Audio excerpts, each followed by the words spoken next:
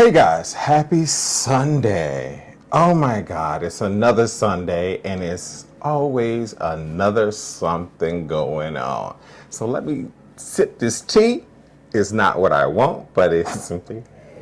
I'm actually almost out. So, welcome to another episode of the Nurse Doc Show. It's Sunday, July 8th. I do apologize. I wanted to be here on time. My sister, this nurse, Cherissa Jackson, is coming to join us. And we got a lot of talk about. So I said, hey, let's make it happen. Check out my promo. Y'all know how this go. All right. Talk to you in a second.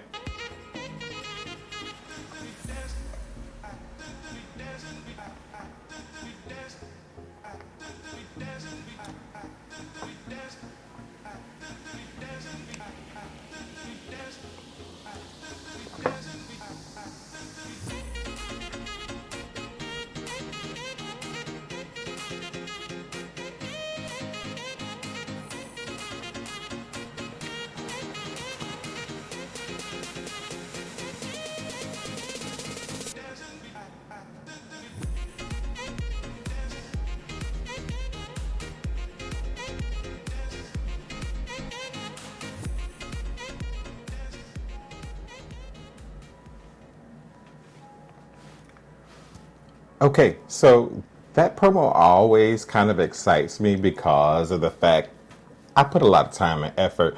Thanks, shout out to my graphic designer who helped put that promo together after a lot of arguments, and also to my girl Shauna for helping produce it. So it's July 8th.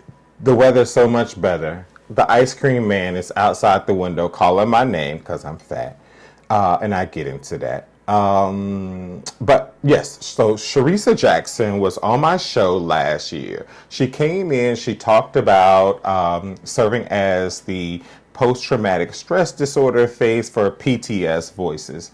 The episode had a lot of problems. A year ago, this is my anniversary, thank you. I sat down and I tried to do this thing. I really gave it all I had to be ready and prepared, but there was nothing to prepare me for how difficult this process is. So I spent a year basically playing around, growing this, trying to do different things, and I've come up with something that I enjoy. Unfortunately, everybody didn't spend that year with me and know how this process works. So we're going to bring her in. We're going to talk about PTS Voices. Where is she in terms of working through her own trauma? Also, she has two daughters. So she's raising two daughters, working through that. And she's undertaken a huge project of saving women in Uganda. This is like, I love her logo actually. Like, this is her logo. Take a look at it. I love that. I mean, I think it's so genuine, it's authentic, it represents women. And so I'm happy that she like pulled this together, and so she'll talk more about it. It'll make a little bit more sense when she's talking. So yeah, so that was what was going on. And you know, I worked through the process as much as I can, and we gave it a go. So we'll bring her in. We'll talk about. I think she's still working as a nurse. Yes, we're always working as a nurse. Let me say that much. We need the money. So she's still working as a nurse, still saving women in Uganda, being the face of PTS Voices, raising two girls, about to sell her house. She got a lot going on. A little bit too much for me. I'd be a little crazy. So, yep, we're going to bring her in. Hey, how's it going?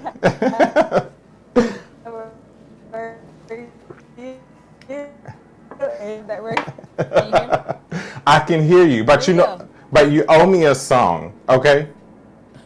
So it's our anniversary. Anniversary. This is so good. I'm so happy for you, man. I mean, and I'm so glad that you chose me to be a part of your anniversary month. I mean, look how far you come. This is Oh awesome. my God. You have no idea. I thank you and Kenyatta so much for being a little bit of my guinea pigs in that process. Oh my Yeah, God. And when I drove up. I know you drove all the way from Germantown Yep. to participate. And over the year, I've been following you, been supporting everything that you do because I think that is phenomenal. All the work that you've done, where you've come from, serving our country, having the trauma, working through that, being a great mom, being a nurse. Girl, you got a lot on your plate. I'm tired. Baby, I'm tired for you. Tell me about it. Tell us about those who haven't been following over Yeah. the year. Talk about what's been going on. Yeah, I mean, most people who know me as America's combat nurse. That's because I served 4 deployments while I was in the military. I completed 23.5 years and 14 days on active duty.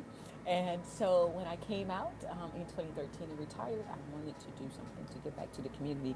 So what I continued to do is to serve the PTSD community and became an advocate and ambassador for anyone who has suffered with post-traumatic stress. I became known as the PTSD ambassador. I actually wrote a book called PTS Faces.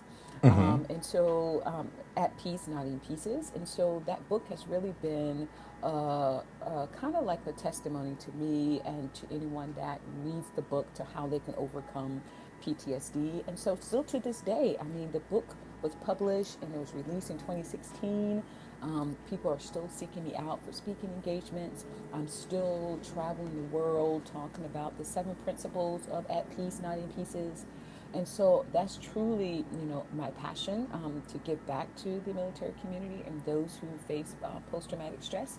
But also, I have a humanitarian side, and that's where the Project Give Hope comes into play, where I'm actually helping the women of Uganda and helping them survive and live longer lives from cervical cancer.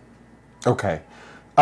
So tell me a little bit. So I'm going to stop with the PTS voices because I want to talk about that. And then we're going to talk about Uganda.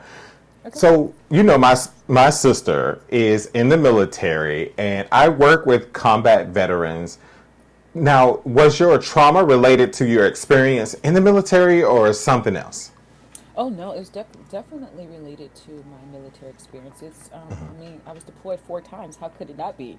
Wow. And 3 of those deployments was in combat. I mean, I was in Iraq twice, and I was in Afghanistan once. And as a nurse, as an ICU trauma ER nurse, so I was right there on the front lines when these guys came off of the battlefield. So I got to see the mangled limbs. I got to see the 70-80% of the burns on their bodies. I got to see and hear the pain and the agony, and got to see death, and got to see amputations. Leslie, I mean, you're not talking one amputation. You're talking 2, 3, even 4 amputations. And just really having to comfort these guys and be in that moment and then leave it, because we had mass casualties all the time. So you couldn't sit there in your emotions for that one particular patient. You had to be able to jump start when the next one came through the door. And I think for me, I did it so well while I was there as a survival mechanism that I compartmentalized everything until that one day it all just came down on me. But it was definitely related to my military experience for sure. Okay. And just so people know, we started that conversation about PTSD because I was doing work with combat veterans in Washington, D.C., and we were talking about the resources that were available to veterans or lack thereof or access. And one of the things that really stood out to me was your work on yourself because of the lack of resources or really culturally appropriate resources that you felt could really help you work through what was going on. Can you tell us about that? Yeah, actually, when I first realized that I had PTSD, the first thing I did was I sought help. I mean, again, in our culture, we don't, go to therapy. Right, We don't see exactly. therapists, right? You're And crazy. so, and you're crazy, right? And so the thing that I did is because I also treated soldiers every day with post traumatic stress. I kind of knew what it looked like. So Gotcha. when my triggers happened and when my stigmas kind of surfaced, I was like, oh my God, I have this and I got to tell somebody in order for me to be my best self. And so I did not hesitate, honey. I went right on Right. up there to to my doctor and said, look, I am self-diagnosing. I believe I have post-traumatic stress. Was triggered it. I was very genuine. I laid it out on the table. I was like, look, I need some help. And so I think that was the first thing I did, that I wasn't afraid to tell somebody. And because I couldn't go to my commanding officer, I couldn't go to my fellow nurses. So I thought if I had that therapist who didn't know me, who was familiar with PTSD and can help me understand how to deal with it, that would be my first stop. So I did that first, and then of course, I'm a good old Southern Baptist girl, Right. so I Right. was, I stayed prayed up. I really sought my Yes, honey. Right. spirituality, and most importantly, I had to find a way to center myself. So I really got into meditation and also physical fitness. I trained for my first half marathon, and even in my book, I talk about how as I would sweat training for my marathon, it would be sweating away my PTSD memories and thoughts for that moment, which was so key for me because I had compartmentalized so much. So I needed a way to release it. So with the working out, with the training for the marathon, meditation, spirituality, and therapy, and now having to be authentic and write at peace, not in pieces, the book. I mean, that was everything that's been key for me for coping with my symptoms every day. Okay. So the book kind of helped you get it out and help other people. Absolutely. I mean, it was almost therapy for me because each chapter kind of details how that PTSD would rear its ugly head. How I was just like as a single mom, I had to deal with this and leave my daughters and still be responsible for them. And so it was also a motivational and encouragement piece for those who wasn't our connection, that they can still relate to the things that I was talking about in the book as well. So it's just not about military experience. It's about life and living as a single mom. Divorce, financial ruins, bankrupt. I mean, I spelled it all out in the book to help somebody who feel like they're out there by themselves. Right. Good, good, good. Yeah. Just so you know, Cherissa, I got a little bit of a thing. So feel free to speak up and holler at these girls. Man. They don't they not ears not sensitive, by the way. Okay. That's fine. That's So totally so fine. so and at the time you were at of the last show, you were going to go to Uganda, right? And obviously that turned in a whole other experience. I read about you seeing the Prime Minister of Uganda and it growing into you basically coming up with a nonprofit and licensing that and going through that. Yeah. These women must have moved you, honey, since I seen you. Let me tell you, the mission itself, when we went to Uganda last September, it wasn't my mission. It was a mission out of Atlanta, Georgia. This guy was looking for nurses and doctors to go to Uganda to really be about helping to bring school supplies. Because remember, I had that big rally for getting school Right, right, supplies. right, We were, right, we were getting shoes for the right. kids. We were just getting so much outreach to take with us because we had to hand carry all this stuff with us. And so his mission was based around getting shoes, getting school supplies. So, and also to take nurses and doctors there to have this like mini clinic where we would be there to service the community, the rural communities with just basic, medical stuff, i.e., do some blood pressure checks, give them some Zantac for GI Not issues, Xanax, visit, but I was not like, some Xanax, but Xanax? Zantac. Ooh, this is a Some high Zantac. class mission. No, some Zantac for sure. And so it was just basic stuff. But the thing that happened was, in 8 hours, Wesley, we saw over 200 plus people, right? Right, And we had right. to turn. I would say we had to turn two plus people away because the supplies we took.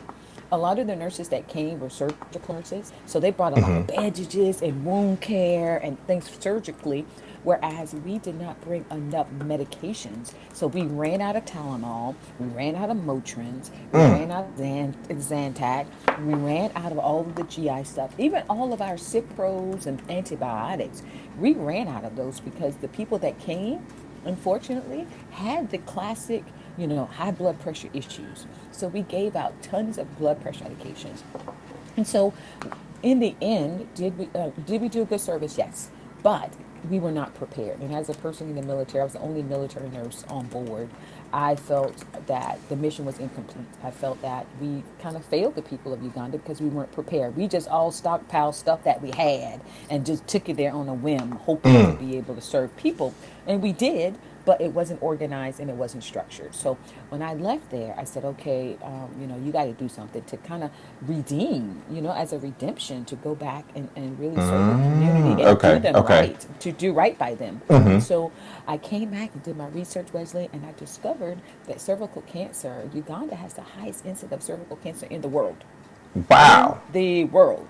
So I was like, "Yep, God, this is me right here. This is Cherissa Jackson all over." And so what I did was like I started collaborating with the Ministry of Health and the Uganda Cancer Institute to really find out why is Uganda the highest incident in the world for cervical cancer. And the Right. reason is because only 4.8% of the women are screened for cervical cancer. 4.8. So they're not getting pap smears, right? So by the Right. time they get to the Uganda Cancer Institute, they already have stage 3, stage 4 cervical cancer. So there's no Yeah, preventative that's in the middle. And so my goal was, okay, I got, a platform, with cervical cancer. I need to find a solution. There's no sense in being an advocate and bringing awareness to it. What are we going to do about it? So then right. I wanted to find a solution, a treatment. And so I did it. I found a device. You had it pictured there on my Fox 5 News channel there. Exactly. It's called the thermocoagulator. And this device actually treats precancerous lesions on the cervix in 20 seconds. So in 20 seconds, this device can eradicate precancerous lesions on the cervix, therefore saving women's lives. So that's what Project Give Hope is about, giving hope to the women in Uganda. Not just Uganda, but anywhere in the world. I mean, I just chose Uganda because it has the highest incident. So I'm going to go for the gusto here and start there. But we want to be able to carry it worldwide. But the thermocoagulator is really saving lives. And Project Give Hope is about bringing hope to the women who thought they were hopeless and dying from cervical cancer, giving those mothers lives back and being there for the kids and giving these kids their mothers back. So, yeah, that's what it's all about. And I don't think we've ever talked about it, but it really hit home for me. My mother was diagnosed with cervical cancer 20 years ago. And luckily, it was caught pretty early. But not early to the point where it didn't change her life. So she had to have surgery. She had to undergo chemo and radiation for like 6 whole entire months. If caught early, this can really change women's lives. But if caught late, it's the end of their life. Yeah, and that's the sad part about it because you're talking third world countries that can't afford chemotherapy. They can't afford radiation. My God, they can't even go to a local hospital. You know what I'm Right. saying? So for us, for my project to be centered around the rural community where these are the underserved community women, that's what speaks volumes. And I do believe that's the reason why the Uganda Cancer Institute is so enamored by the project and really willing to work with us. And that's why the Ministry of Health is so appreciative of us coming. And part of the project, Wesley, is raising money to purchase Right. 10 of these kits. These kits aren't cheap. They're $1,500. So the Oof. project is about purchasing 10 of these kits and distributing them to districts that have higher incidence of cervical cancer. So we've already been giving our district, which is called the Magawi district, which is like 10 miles from Kampala, which is the capital. So I'll be going there in September with my VP, September 6th through the 16th, where we'll be meeting the constituents of the Ministry of Health as well as the Uganda Cancer Institute. I'll be training with other Ugandan nurses and midwives with the device, and I'll be treating women with the device as well. So this is hands-on. This ain't Risa just going out here just passing out devices. Right. Right. It's Right. all Right. about me being in the trenches, being a part of the staff, bringing other staff members to be a part of the project so we can be part of the staff as well. So we can, bring awareness. We can screen more people. We bring more staff members. And we can treat more people if we raise money to purchase more thermocoagulators. Right. And that's what it's all about. Now, so the thermocoagulator, it costs $1,500 for a pack of 10. No, the Okay. thermocoagulator is a kit, and each kit is okay. $1,500.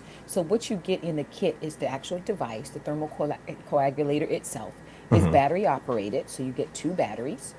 You get two probes. You get a 16 millimeter probe or a 19 millimeter probe, whichever you prefer. And then, of course, you get the battery packed electrical piece as well. So it comes as a kit. So that comes together as a kit, and that's $1,500 a piece. So 10 times, times 1,500, that's what we're trying to raise, plus the money, additional funds for the team. So in all, together, we're trying to raise 45,000. Okay, so 10 times 1,500. So we're looking at 15,000 for the device itself. The devices itself. And then the other part is for lodging, flight, and gathering the team of nurses and doctors to go with to help with the bringing the awareness, doing the screenings, doing the treatment, to be part of the staff. And so it makes no sense to just go and deliver devices. They can sit in closets, they can sit in warehouses, and no one actually does anything with them. So bringing a team of other nurses there really helps with bringing the advocacy.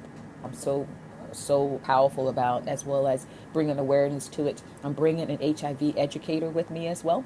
Awesome. She can tie in the HIV with the HPV, because the HIV numbers actually increase when they have cervical cancer. So we got that tie in as well. So I'm bringing educators, GYN doctors, nurses, anesthesiologists want to come, because sometimes these patients require a little bit of anesthesia. So yeah, that's what I'm forming, is a team to go with me in February of next year, and again September of next year, my anniversary of going back again.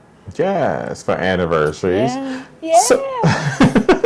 So tell me how many lives this kit could potentially save.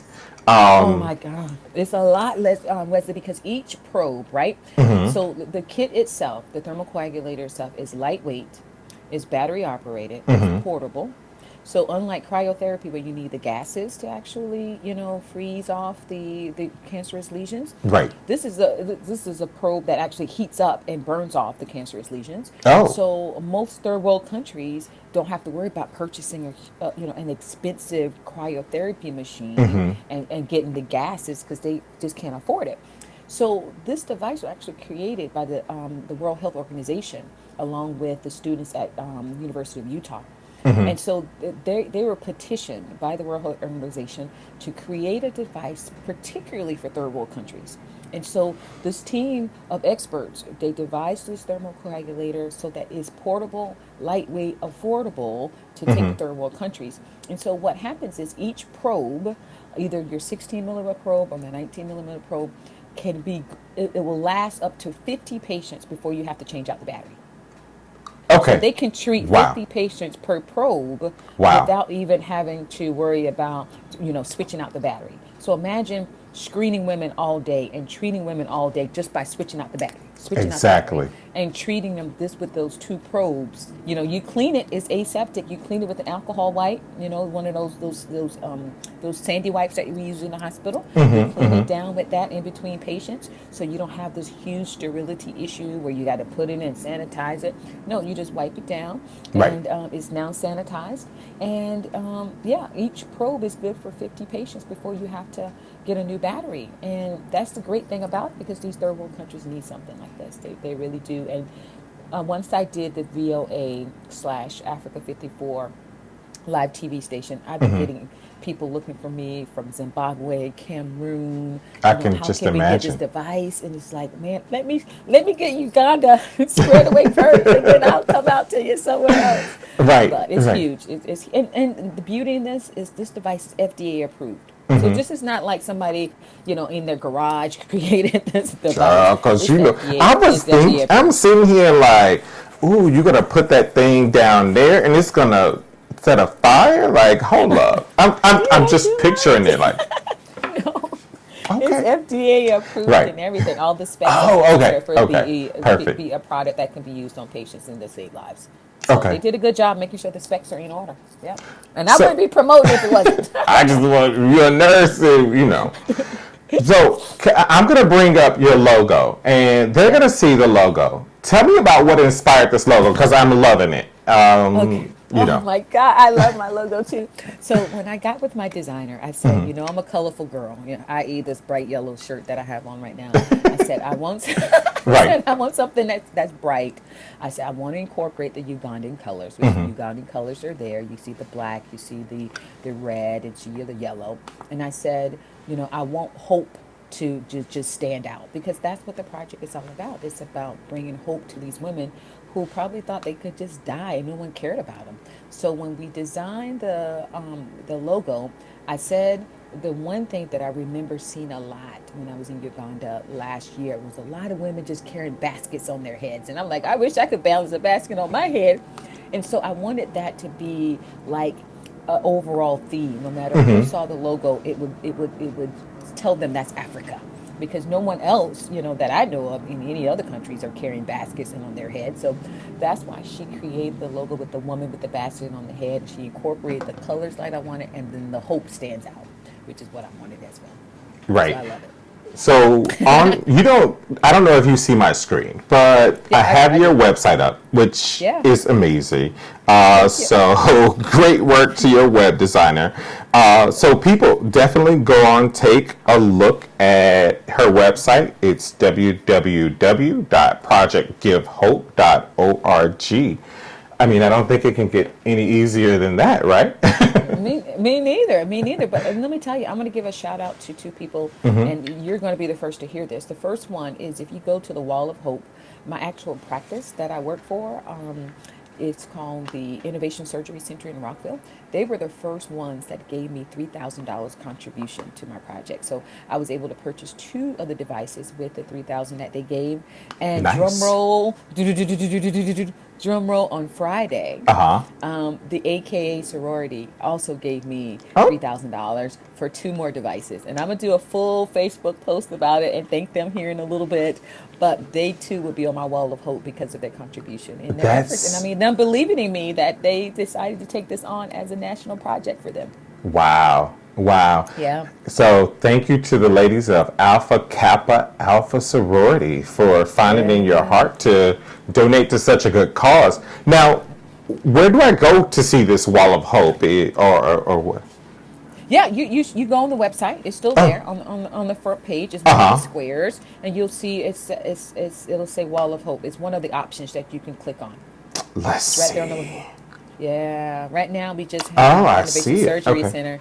Anytime people contribute, yep, there it is. Anytime you contribute 1,500 or more, you get to be on the Wall of Hope, and we get to shout you out on social media. You get to get a huge blast, and this is a way to show like a partnership that people are believing in what we're doing and kind of legitimize that we're out here doing some great work. And you got a huge practice that it was the first group that kind of said, yeah, go out here, girl, and do your thing. And now to have the AKA saying, girl, go out here and do your thing, Right. it would be Right. great to have other sororities, other fraternities follow suit so we can get this 45,000, man. So we can Let's get make this it money. happen.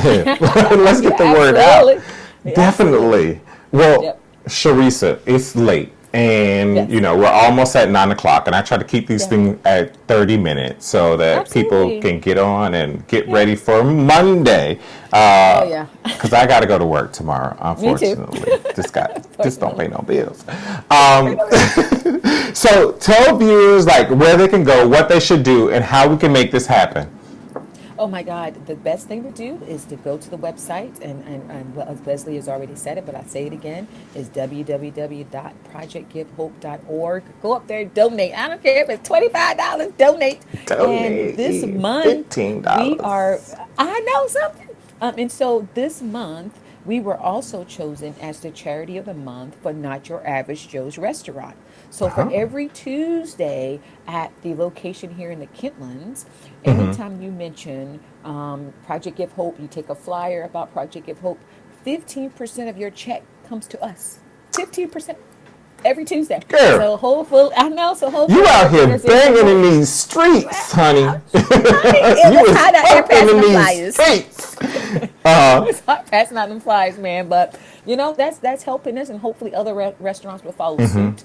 Now we were also chosen by WeWork the actual office space as Okay. one of their Okay. matching charitable organizations. So for any of their employees that choose us as their charitable organization, will match it. So we got little pockets of things happening, Leslie. And the last thing Okay. is we're having a gala. 1st of December, we're I'll be having there. a Project Give Hope Gala. Mm-hmm. Where we're going to have, some, very distinguishing people come, and Right. we're going to have a silent auction as well to try and, get us to that goal of raising that 45,000, and hopefully Christmas cheer and the Christmas spirit to have people open their pockets and help us get to that 45,000. All right. Yeah, Well, let's get you there, sis. So absolutely. February is the deadline, right? Actually, the deadline for 45,000 is like September. September. All September. right. Yeah, but the Let's first get team it. is going in February. Okay, okay. So let's get it and let's make it happen. Let's Well, make it happen. thank you so much. I need to do a little bit of a commercial. I see why now programs have commercials because you kind of need a little break. But thank you for your time because NYPD is outside of the studio. I I hear don't know them. what's going Yeah, on, baby. I hear them. New York City is no joke. It's I hear never them. quiet. So what I'm gonna do, guys, send me an email, send me a text message, send me a Facebook messenger, whatever you can if you need more info. Also, across the screen was running Cherissa Jackson's contact on Instagram, on Facebook, on Twitter. She's one of the most reachable people that I've ever known.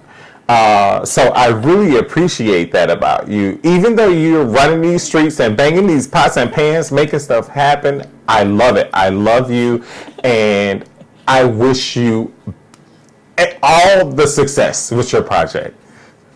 Oh, thank you, Wesley. I mean, just to be on your platform is amazing. I mean, and you're doing great work to be on your anniversary month. I mean, I saw you where you were.